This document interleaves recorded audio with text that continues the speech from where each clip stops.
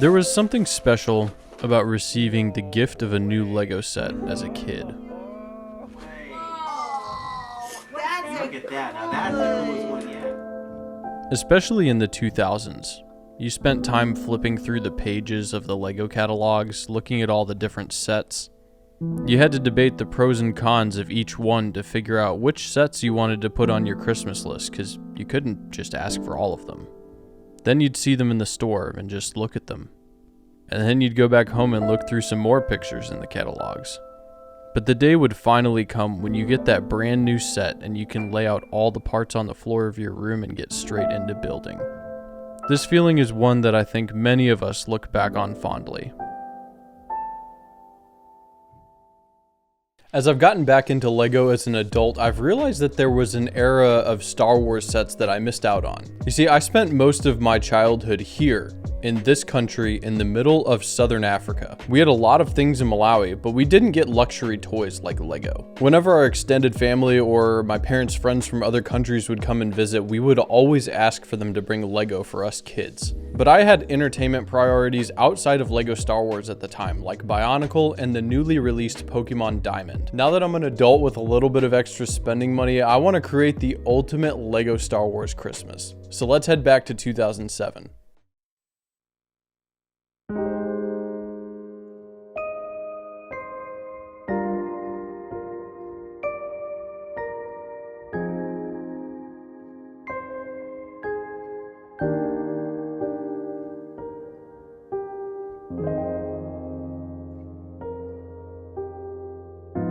So as you can see, I've got a ton of awesome stuff here, and I'm really excited to get into this. So let's go ahead and open the first gift. What do you think it is? I think that this is probably a battle pack. I mean, judging by the size, of course. It's smaller.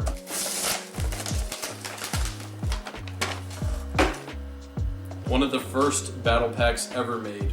I'm really looking forward to opening this up. Getting my hands on the first battle packs ever created isn't something I thought would ever happen, but I'm happy that I was able to. I'm actually really impressed with the builds in this set, especially considering that it's a battle pack. The Stap Speeder design is sleek, and the droid carrier is larger than I thought it would be. Every figure has a vehicle that it can use, and you get so many droids in this set. What's not to like? If you know what sets came out in 2007, you know that this is the companion to the droid battle pack, none other than the iconic... taking longer to open than I thought. The iconic Clone Troopers battle pack. Amazing.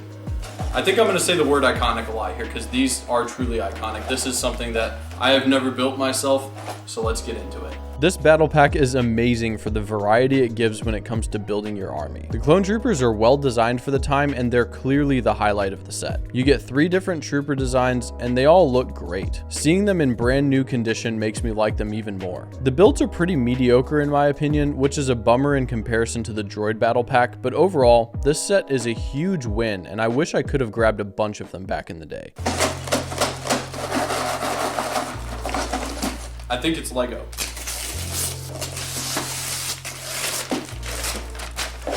Sith Infiltrator with Darth Maul. I think he's the only minifigure in this set, but I'm looking forward to this one.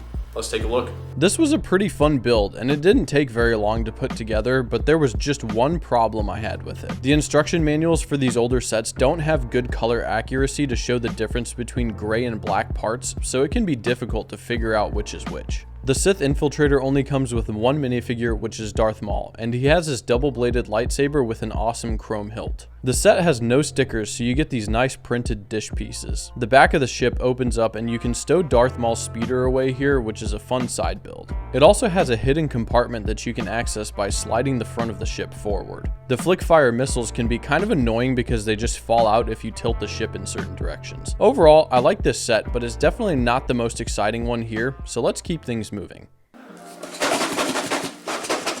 Shaking it doesn't help me identify what this is. Surprise, surprise. Oh yeah. This is one that I picked up pretty early actually. And I've been getting more excited for it. ATST. Let's check it out. There's not too much to say about this ATST other than, yeah, it looks like an ATST. It's a little bit smaller than the 2022 version, but it still has the rotating head functionality, which works by twisting this gear. The set only comes with this one pilot minifigure, and it's a pretty simple build. I enjoyed it overall, but it's probably one of the weaker sets of the wave. Let's check out what's next. Oh yeah. Now this is iconic. I've never built an N1 before, so I am really looking forward to getting into this one. Let's go ahead and build it. I feel like this set is just about perfect. I really like it.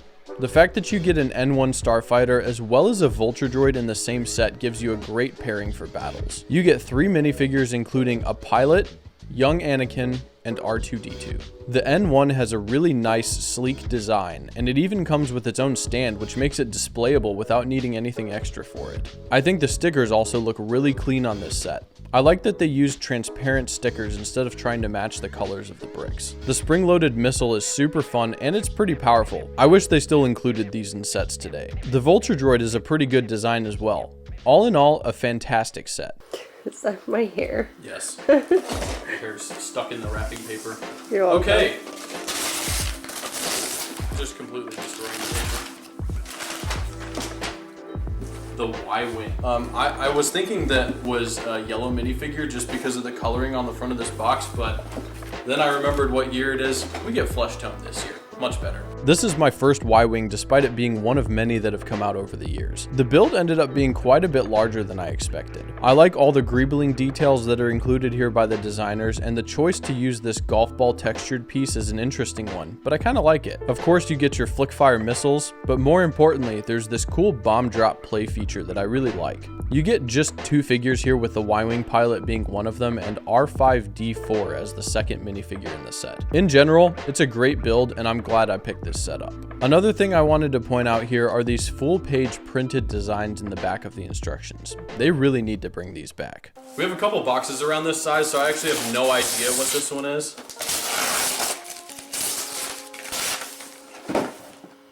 General Grievous Starfighter. Let's build it.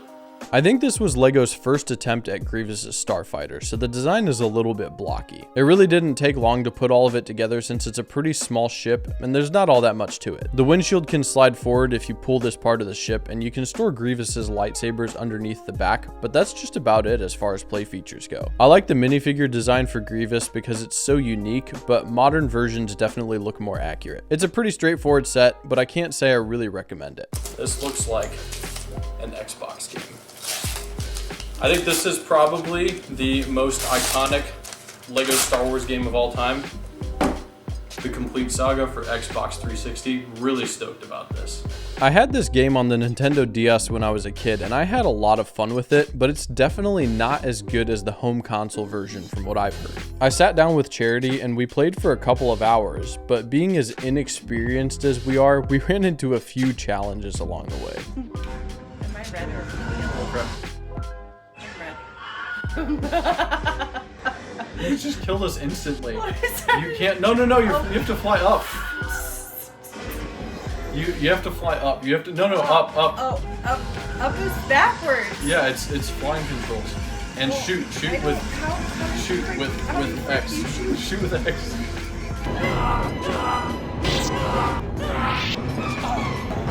All right, go. Oh, no.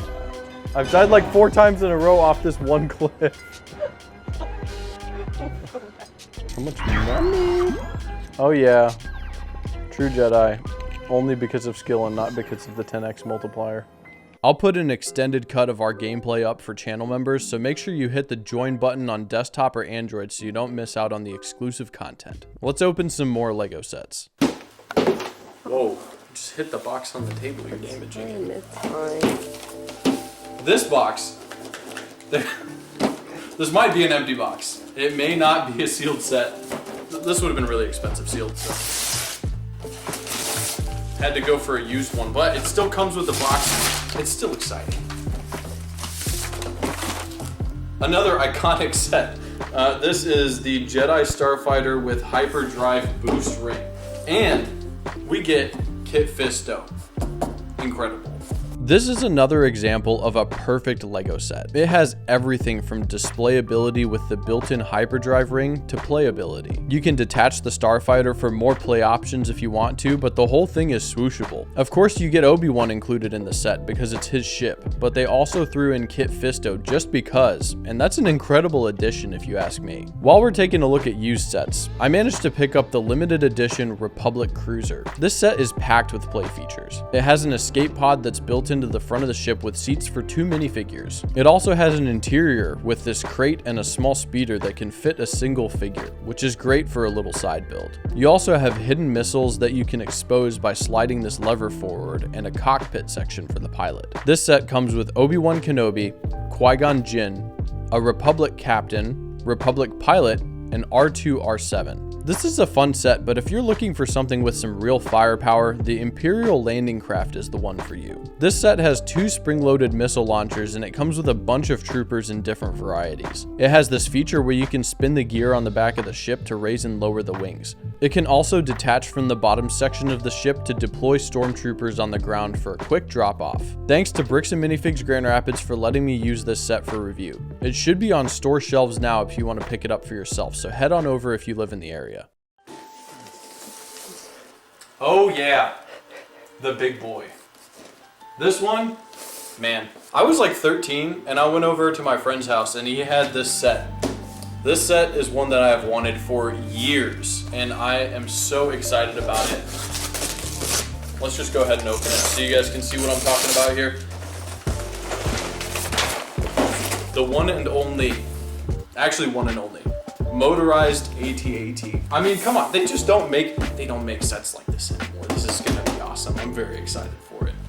The box this came in was pretty big and it opened up in a very different way from how boxes open today. For a set this size, numbered bags would have been great because I spent a while sorting all my pieces so I could actually find everything. The build process for this set was very technic heavy, but it was all worth it because of this.